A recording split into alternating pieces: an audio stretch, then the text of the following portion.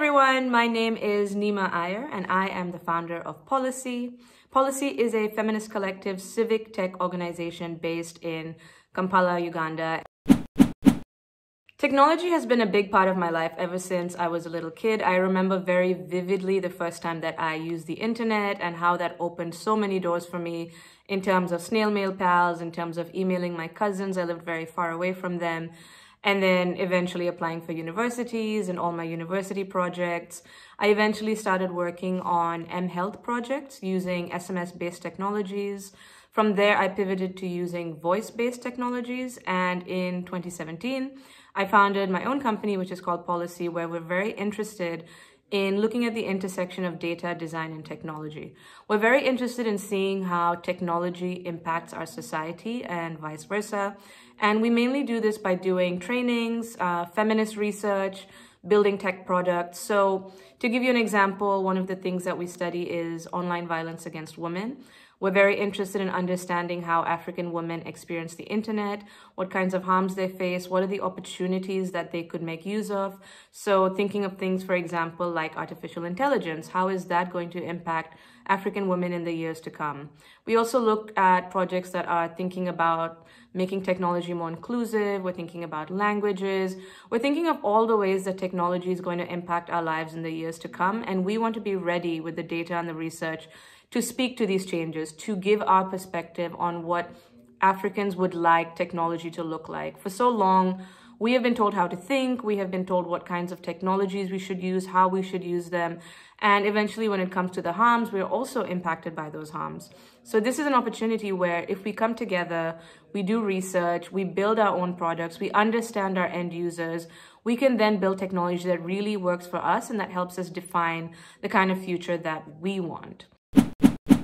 That's a good question. I would say that in technology, being a woman definitely limits the amount of resources that you can get to build, whatever you want to build, your product, your dream company.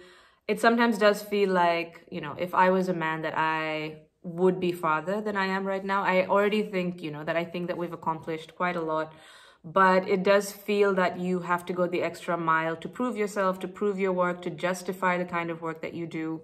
One of the things that we like to do is to hold women-only events or to hold events where women feel like they're in a safe space. And we often get comments from, people who get very angry saying, why are the events only for women? Or why are the men being forgotten? Why are the boy child being forgotten? But the fact is that so little of the world is reserved for women-only spaces or spaces that make women feel safe, and we think that this is really important, but of course that is not the general view that women deserve to have these kinds of spaces. So these are the kinds of things that we always run up against. And for me, it's always like, if you want, if somebody wants a program focused on men, that's very important, or focused on boys, that is very important. And I think that they should get the resources for that, surely.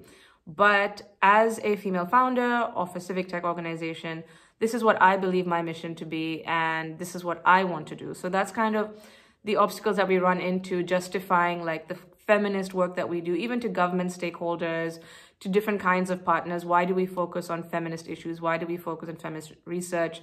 What place does that have in technology? And trying to always prove that at meetings that we have, and doing that respectfully, especially when we have, partners like the government. There's so much potential that technology unleashes, and there's so many different kinds of technology. So not just thinking about technology as digital platforms, but all the different kinds of technology that are currently in use, and doing research to see what is really out there and what you could use, but definitely also trying to build your skills along the way. Right now, there are so many resources online that you can make use of, so many tools that teach you how to code, how to build things, whether it's 3D printing or art. It could be just anything, but I think it's really important that no matter what stage of our lives we're in, we always have to strive to keep learning.